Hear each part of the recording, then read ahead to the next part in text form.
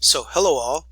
I have only 15 minutes, so this is going to be a little bit superficial. I could pretty much spend a couple hours on this. So number one, if you got your document looking like this, right click and go to rotate and boom, you're done. Before we begin any of this, I want to make sure that your homework is done here. This is going to give us the vocabulary that we can use to discuss a graphic novel, which is different than reading an old school word novel. So our gutters and our panels, these are the words I'm going to be using. Okay, so our thought, dialogue, and sound effect balloons, and finally a look at the art and how it contributes to the reading. This is not Tintin or Asterix. Okay, this is a graphic story. Alright, and also before you begin, if you like, you can zip quickly to the internet.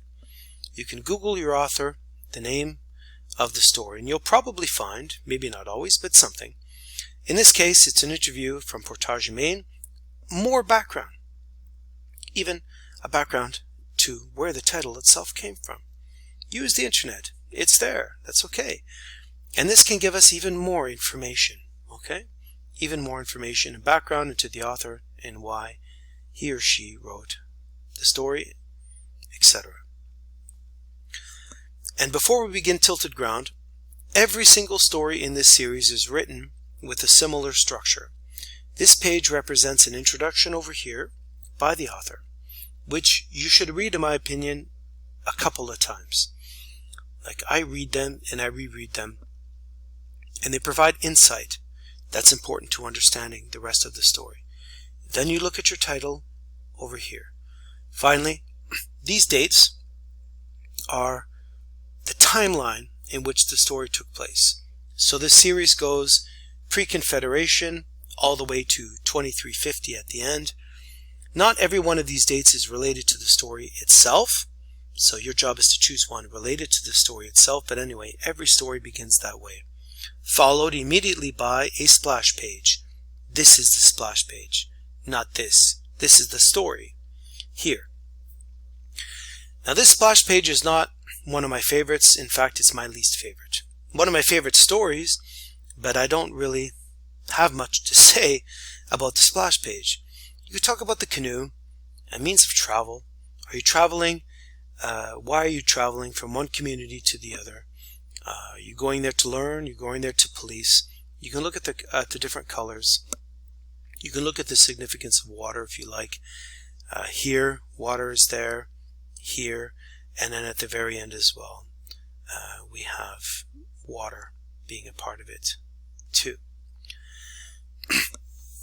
Now, my approach to this story is going to be related to 5 different things. So I'm going to talk about the characters, the plot, the genre, the setting, and then the theme.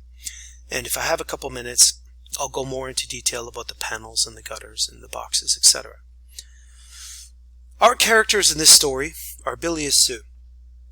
Billy and Sue pretty much represents, in a unified manner, his community. All the other members of his community in one way or another relate to him. There's no difference between them.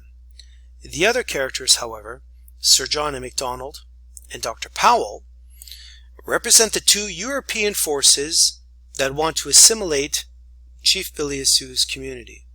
However, in the European world, we have these 2 people who want to assimilate, but we have this anthropologist over here, also a member of the European community, but who doesn't want to assimilate, who is resisting the want to assimilate by wanting to learn, by being an anthropologist, by participating, and he is a real person, and I do think that he actually went to prison for that.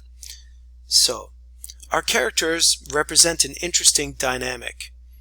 We have Chief Billy Sue on one side. The Europeans, on the other hand, are divided into 2.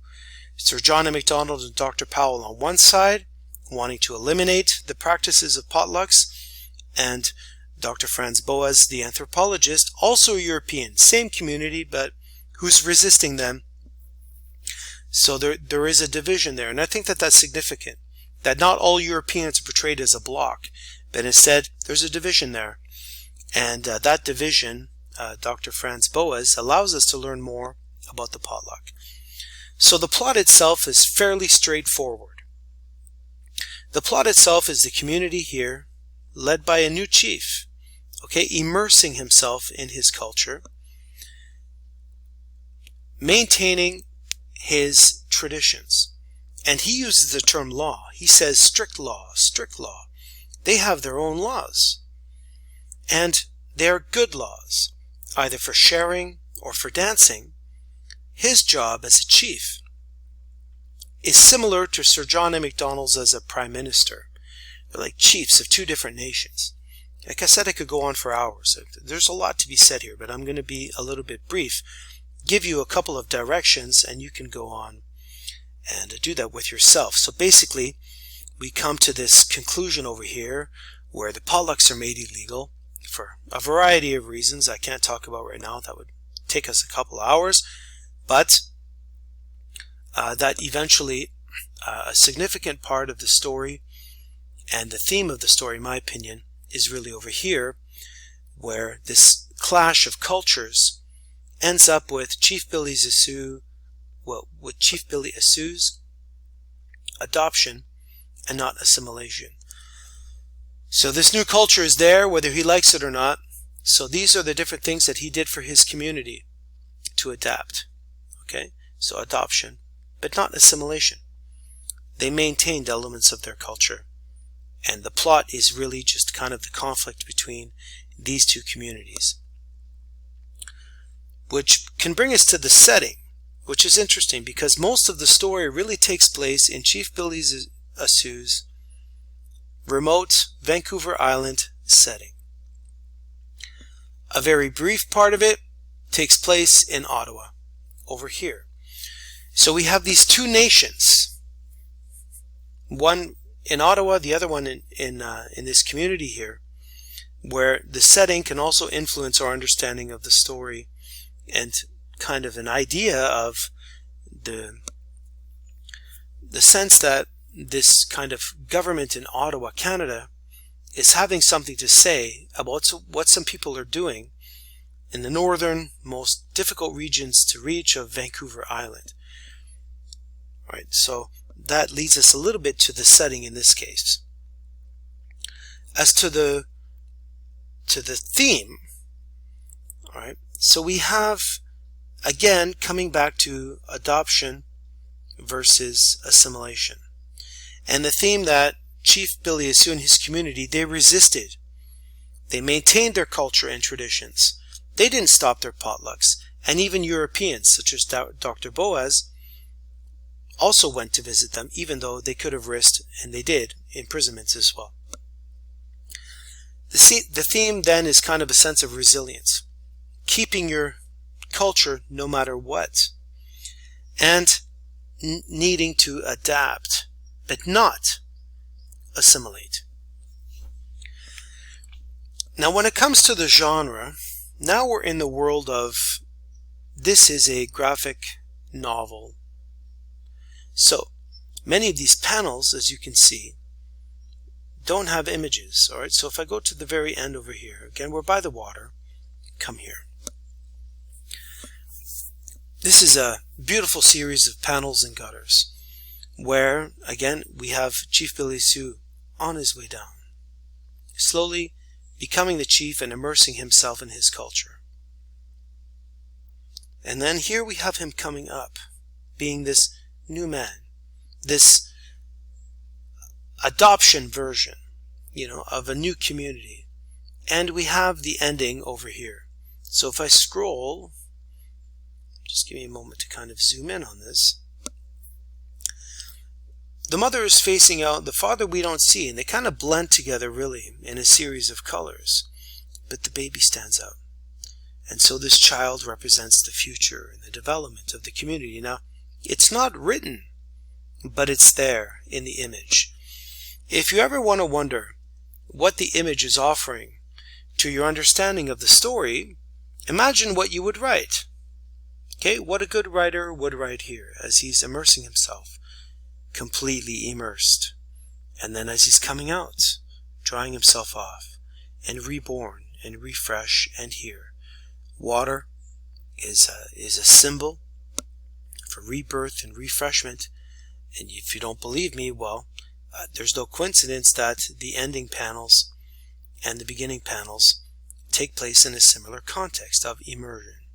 Here is the young man learning to become a chief, and here is the elder being that chief, and here is the next generation continuing those traditions. What I really want you to remember when you're reading any of these stories is I really don't want you to be like, okay, I'm just going to read the text, and then finish it. Is take a minute and look at these pictures over here. Okay, these panels. And then the gutters that divide them. So this is divided clearly into smaller panels, more gutters. Here, the gutters are also quite unique as well. And these are supposed to offer a break in the story, a pause from one to the other. But you can also look at how the artist is meant to influence us, just like any other writer does, as a character. So if you can notice here, with Sir John A. Macdonald, the sketching on his face is significantly different than, let's say, the sketching on the faces of any other person over here. Right? So we're being influenced. The writer is trying to say something, just like all writers say, but they're not saying it with words. They're saying it with images, and they're hoping that this can influence us and help distribute their message. You can also look at images here. Okay, so why all of a sudden do we have this? These canoes are back again over here. And this is a very Christian pose as well. The arms spread out, welcoming. That famous cross. This kind of yellow fire here, here, here, here, and here. Right? As the rest of the story are more similar kinds of tones. Why? And yes, there's a reason why. This story is well drawn. Okay? These little fires over here, what they represent. What about over here? What is this all about over here? Why is he offering her a necklace and her head is down? Think about it. And take a couple of minutes and become a little bit of an artist or an art critique as you're reading it. And I really do encourage you, like I said, to really appreciate these moments. In fact, these are my favorite ones, without text. I wish one day we could read one of these stories maybe with no text at all. That would be pretty cool. Where you'd really have to decipher and read into the images and then the panels, and the gutters, etc., how they develop the story and how they contribute to our understanding of them and the symbolism behind them, etc. I've reached about 13 minutes and I could go on and on, but the last thing I'm going to say that I've said many times before, but I'll say it again. One of the interesting things over here is that this is Sun Yat-sen writing and drawing his own ancestor. So we have a visualization, an illustration of this man done by his very own family and community. These are not stories that are written or illustrated by people outside of these communities. These are people drawing their own people. And that's been a significant source of misinterpretation in the past when different communities kind of try to understand each other. But here we have Sun Yat-sen representing his community, his vision, his illustrations, his story, his narrative to us. And that requires us to do a little bit more work, perhaps, to get into his headspace. But that's really what this whole series is about. So I'm at over 14 minutes now, but I hope that kind of helped better understand some of the basics of the story.